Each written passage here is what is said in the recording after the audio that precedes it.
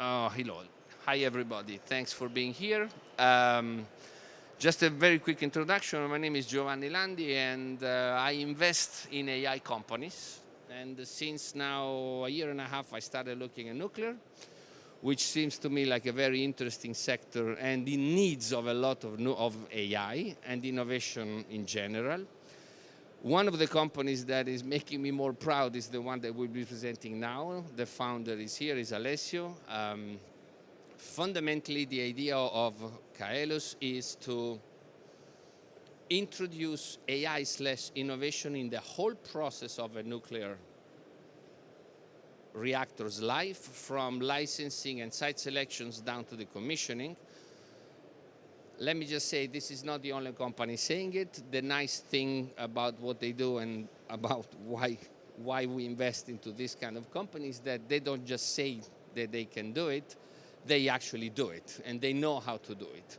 And what you will see today is the proof of the first module or first two modules of the product, of the overall product that has been developed, and it's also available as a demo at CAELUS stand P130, if I'm not wrong. That's all. I just leave now to Alessio the description of what they're doing more in details. Thank you so much, Giovanni. So I'm Alessio Iuvara, founder and CEO of CAELUS. At this moment, we will start with a brief presentation regarding not only the case of AI, but the case of a change of paradigm in how nuclear projects are delivered. We will see it by looking not only through cases, but through data, and getting a hint on how not only AI can help in this way, but AI that must be private, coupled with enterprise software, with pure explainability and traceability of both answer and application in the life cycle, can bring to the end goal that we're saying. So,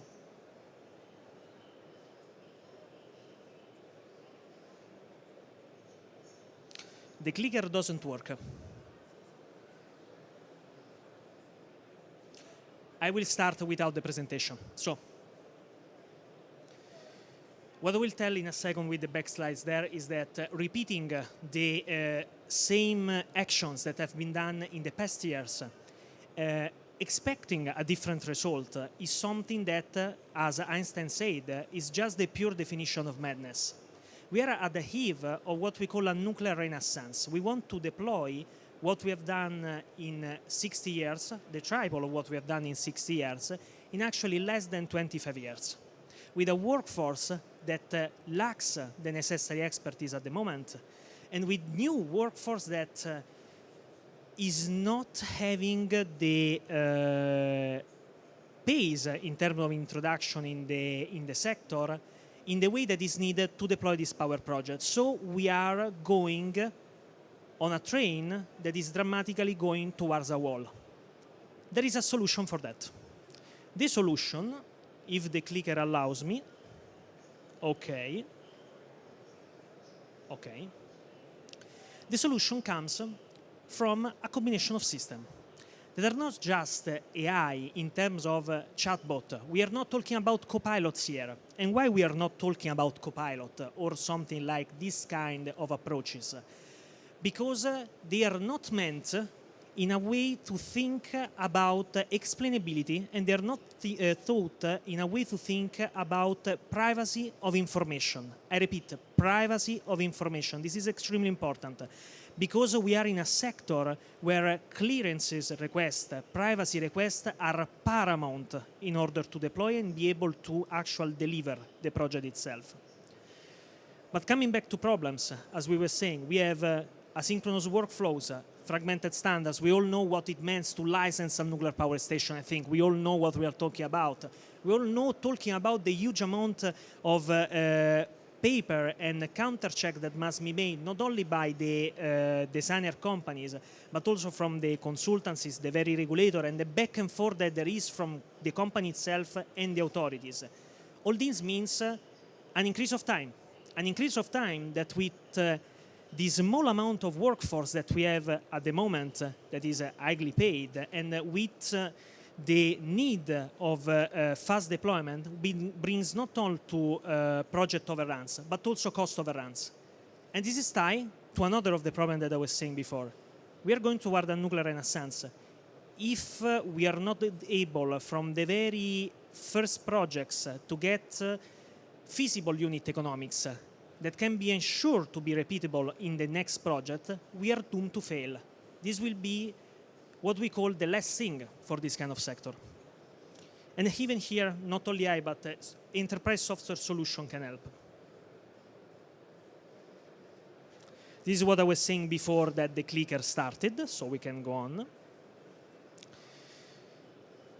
So what CAELUS, what is the thesis of CAELUS regarding all these kind of things? That AI is not just another piece of software. AI is a new way of doing things. That means that when you are integrating an AI algorithm, a couple of AI algorithms, a swarm of AI algorithms, whatever you want to integrate inside your processes, you actually have to rethink your processes. You cannot just use the processes that you already use from the beginning, think that adding AI, you will get improvement, because this is the fastest way to actually get errors from both the system itself, but also by the organization that is behind the use of the system. And we know that errors are not tolerated here. We cannot tolerate for errors.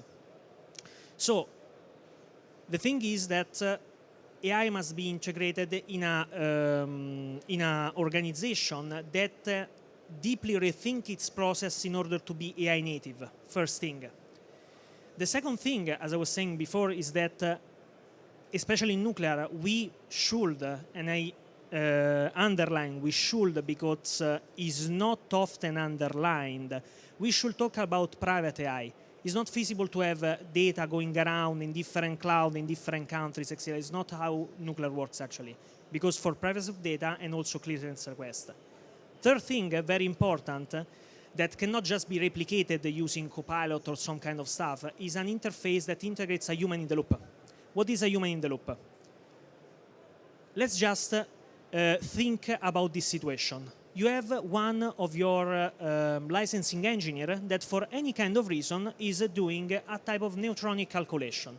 So critically safety, I don't know, whatever you think can be useful just to make the example. He asks to the AI a couple of information about the requirements in 2 different countries, plus he asks the AI to produce the input for maybe Serpent or another type of calculus code. This can be done. Actually, our system do it. And we will make you show later with the guys how the things behave. But here there is a problem, and the sense is that, as I was saying, AI is not another piece of software. We're talking basically about Markov chains. Markov chains are probabilistic type of algorithm. And that means that at least a small, even small, possibility of error remains. It gives the possibility to have huge advances in terms of reducing times, reducing cost, reducing complexity, but still you will have a probability of error. And that means that without human supervision that is embedded in a structure that allows to make this confrontation, trace the confrontation, and have the integration of intelligent system and subject matter expert, you are actually creating more risk than the one that you want to solve. So you are trading speed for risk. And that's what we wanted to avoid with the system that we created. Third part, that is the last part, that is actually what we think is the most important, is that we must transition for what we call a nuclear 2.0 approach, that is a partially, let's say, automated approach to nuclear, both in the design, in the construction, in the operation, in the whole life cycle of the nuclear power plant, to what we call nuclear 3.0, that is AI native by design, that is taught from the beginning in order to have inside this process the use of AI with specific standards, specific methods and agreements in terms of verify and validation of the algorithms and on the enterprise software that embed the final system, and also on criteria related to data privacy and data sharing behind that. Without this, we are, as I was saying before, trading speed for chaos, speed for risk, and this is not what we want in nuclear. So we arrive at the CAELUS ecosystem. That is actually what we will propose today, and that later my colleagues will give a demonstration of. We thought about an enterprise software, a full ecosystem of enterprise software that follows the plan from the very, as also Giovanni was saying, design to licensing, construction, operation, and even the commission of power plant, having two layers in terms of software architecture. The base layer that is what we call regulatory operative system. What it is made is a fancy name, but let's see deeper what is made of. It's a combination of a swarm of AI agents, fine-tuned and, let's say, aligned by us, that are combined with proprietary routinary algorithms. This seems Arab in terms of speaking, but let's see that we taught the intelligent layer of the ecosystem to be an expert in different type of matters, neutronics, thermal hydraulics, codes and standards, all this kind of stuff, and separated in different interface and different type of ways to actually ask for information and request for automation in the ecosystem itself, can allow to automate process, but also to speed up and automate the low added value task, keeping privacy, but also keeping the traceability of the result and the explainability of the software itself. Then you have RegDoc, that is for the documental automation. When you are making the possible requisite analysis and checklist to see if your reactor design or your nuclear system can be deployed in different countries, and sure it is, but it will have engineering change requests, it will have some kind of modification in layout that will request more money. Actually, you are making a huge effort in terms of requisite engineering, something that gives headaches to engineers. What we have done is creating the evolution of a requisite engineering software that is fully AI native combined with CAELUS engine. And that can embed to Horizon, that is the third part of the regulatory operating system that we are releasing today at 4 at our booth. This last part is a proprietary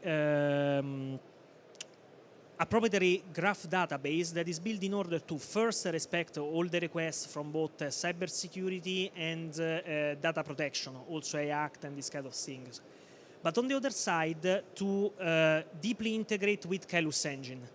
And by the way, the important thing is that all the ecosystem that you see here runs on operational technology, so computer that are actually shipped to your place without having nothing on cloud. We fully believe that on-premise is the only way to integrate nuclear in a good way inside a nuclear power project.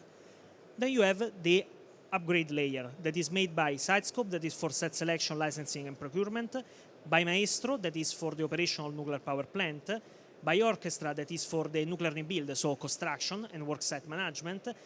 And at the end, you have what we call the business intelligence layer. That is most a supportive part that still use AI. And we arrive to the title of this type of workshop here. What we think in terms of paradigm is that nuclear must shift from a very tailored, very, let's say, specific way to deploy new nuclear project to something that is repeatable. To do that, we all know that AI is paramount, but we must insert it in a way that both data remains private and the operation are kept secure. And the solution, the way to do that is to embedding the AI system in an enterprise software that is built to give complete guardrails on the operation.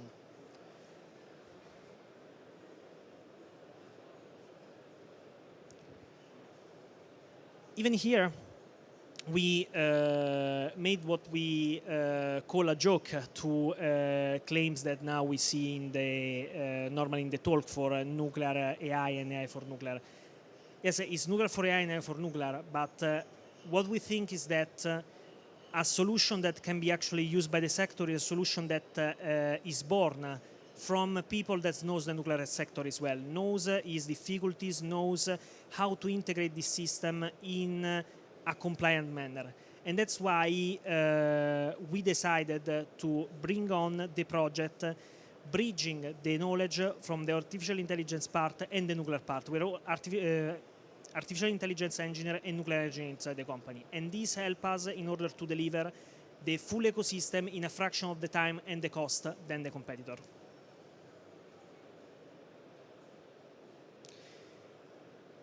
We arrive to another part that is important, and here you can see the underlying meaning of the whole presentation itself. As I was saying at the beginning, AI cannot just be integrated in a way that normally you had another software. You must rethink your processes in order to embed AI in a safe and reliable way.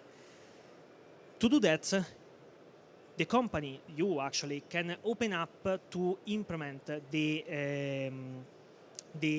operation itself in a way that allows to not only speed up the compliance, the design, the more nuclear part, but also the operation of the company itself. And this is the idea of the so-called full stack AI company. This is what we already see in other regulated sector, not at this moment, not in nuclear, due to the fact that nuclear is intrinsically more inertial, and due to the fact that there is a lot of noise in the nuclear AI space. But having a combination of product and ancillary services to tailor the system in order to be compliant with the different companies and their specificity is actually the only way that we see in order to implement it with creating more problems than the one that we solve. As I was saying before, we covered the whole project life cycle. I'm running short because I want to make you see the demo of the product itself. Here is the part related to the computational technologies. And we arrived to the last part before the demo. And what we can say is that nuclear needs not only a speed up in terms of deployment, in terms of reactor deployment, but needs a speed up also in the terms of adoption of new technologies. This is not only a fault of the nuclear sector itself, but it's almost every time a fault of people that propose innovation because they do not speak the language of nuclear. They do not speak about private AI, they do not speak about ways to embed systems that respect what is the nuclear culture. And this is very important for us, and we build the ecosystem in order to actually embed this. So I will ask you to remain 5 more minutes with me in order to show you the actual demo of the software. Or if you are in late and you want to come at our booth, we are at booth P130, where we can make you see the whole software at work. So thank you so much for your attention, and we will make the demo in a second. In the meantime, if you have any kind of question, I'm here for you. Thank you so much.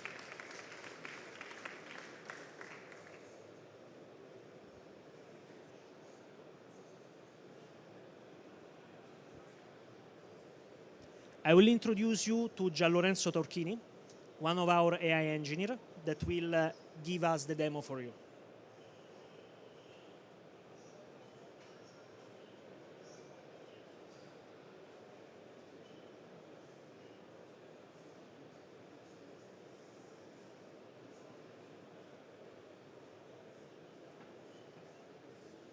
Tutto ok?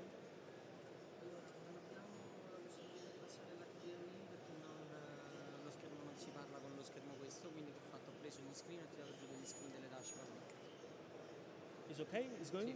Okay, wonderful. So, as I was saying, I will leave the word to Gianlorenzo Torchini here, giving you a brief overview of the software itself. One thing, there is no possibility to connection with HDMI.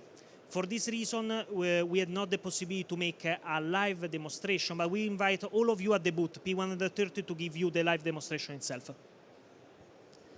Hello everyone. As Alessio was saying, unfortunately we don't have the chance to get a live demo. I will just show you a couple of things and hope you like them, and then come at our booth to see the whole thing working. So, as you can see, this is the main dashboard of CAELUS Engine. CAELUS Engine is CAELUS' proprietary AI model. On the left-hand side, you have the different capabilities. This is done in order to shrink the model of the knowledge to get more precise answers to your question. So you have regulatory questions, technical information, and ecosystem action. The main thing with the CAELUS ecosystem is that it's completely modular. So you can operate directly on the different outputs of the softwares of the ecosystem. You have done some example questions and some example actions. It works like a chatbot, AI chatbot that nowadays we use all day and we know by heart. On the top side, the upload file function, the create code function that is for nuclear calculus codes, the create CAD model, so you just create a model from a prompt, from a text prompt. The schematics mode, and the Horizon data. Horizon is our database. You have the possibility to import data directly from Horizon and have engine reasoning on it. This is CAELUS Sitescope. CAELUS Sitescope is made for siting and procurement. It can do two things at the moment. We're implementing a third one for the maritime side. It does the siting of the reactors. So as you can see on the top, it can start from a kind of reactor. You can upload also a custom kind of reactor and tell you which is the best place to site your reactor in order to make the lower amount possible of engineering changing requests. It can also do, of course, the opposite process. On the left-hand side, the reactor parameters, so you input everything you need in it. Input data status, as you can see here, we have GIS data, satellite data, hydrogeological analysis, seismic analysis, and BIM CAD model. Of course, the filter you see are not that much, but it's a demo, so you can upload on it whichever filter you need, also based on the regulation of the country you're gonna place the reactor in. Total costs, streamed by construction, licenses, and site prep, financing model, and risk assessment. Let's step forward to CAELUS Nuclearide. As I was telling you before, CAELUS Nuclearide, it's made specifically for nuclear calculus codes. You can directly generate a code from CAELUS engine, then import it on CAELUS Nuclearide, and have it running over there. You can also, we will see it in a while, from the block scheme function, import, just grab the blocks from this dashboard here, grab the blocks over the playground, connect them, and set them up. So graphically seeing how everything is working and how everything is interacting together. Then we have CAELUS Horizon. As I was telling you before, CAELUS Horizon is CAELUS' database. On the left-hand side, you have the knowledge layers. So in this case, there are 3 different knowledge layers: company data, regulatory framework, and current project. Current project, of course, for a demo is the small one, is the smallest one. Of course, when you make an action on the ecosystem, it also changes over there. If you click on a node, you can see how the different nodes interact together. The same thing is for the regulatory framework and for the company data. Of course, over there you have the knowledge assistant, so any problem you have, you just ask, type in, and the AI is capable of working directly on the software. Then you have RecDoc. RecDoc is our document management system. Here you have some sample some sample documents. If you click on a document, you can directly run analysis. In this case, GAP analysis and RPA automation. So just click on the functionality you want to use. For example, if you click on RPA automation, you can run RPA automations directly from prompt. Also, on the top side, you see works with branches. So if you want to save some changes but maintain the branch you had before, you can do that, and you can iterate on all the branches you want. This is the part of the qualification dashboard. As Alessio was telling before, it also uses AI. As you can see here, it is the main dashboard. It does many voices, from company qualification to product certification, two additional platforms. So we are gonna see in the next image one of the additional platforms. Okay, yeah. Alessio is telling me that we finished. I hope you liked it, and see you at our booth. Thank you.